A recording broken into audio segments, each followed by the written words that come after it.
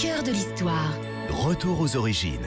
Et aujourd'hui, Franck, c'est une question qui nous vient d'Europe1.fr, qui est signée Justine, et qui vous demande, sans que ce soit trop technique, s'il vous plaît Franck, l'origine des actions-obligations. Est-ce que ça veut dire que je suis trop technique d'habitude? C'est Non, possible, c'est clair, à peut-être mon une avis, c'est remarque. très pointu comme question. Alors d'abord, on peut commencer par une petite anecdote, comme ça on ne sera pas trop technique. C'est que la société des moulins de Bazacle, on est au XIIe siècle, figurez-vous, c'est la toute première société par action en France. Ça reste un exemple totalement inédit, puisque on a cet exemple-là, mais je serais bien en peine de vous en citer d'autres au Moyen-Âge. Il faudra attendre l'essor des banques au XVIIe siècle pour qu'apparaissent officiellement des actions et obligations modernes. En 1609, c'est la création de la première banque européenne à Amsterdam, qui est la capitale d'un nouveau pays pour l'époque, qu'on appelle les Provinces-Unies. Donc 1609.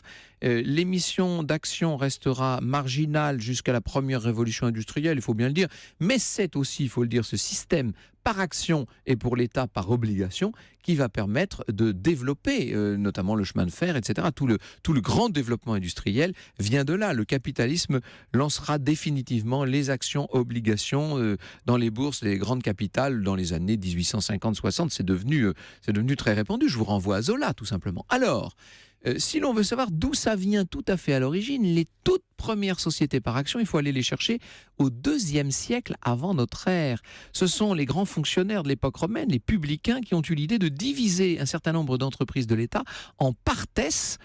Ces partes assuraient un revenu annuel en fonction des bénéfices de l'entreprise. Bon, on peut dire que l'action, ou plus exactement en l'occurrence l'obligation, est née.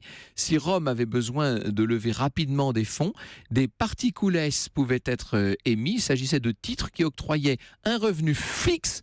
Là, si le revenu est fixe et l'échéance l'est aussi, on est dans l'obligation. C'était pas trop technique, j'espère.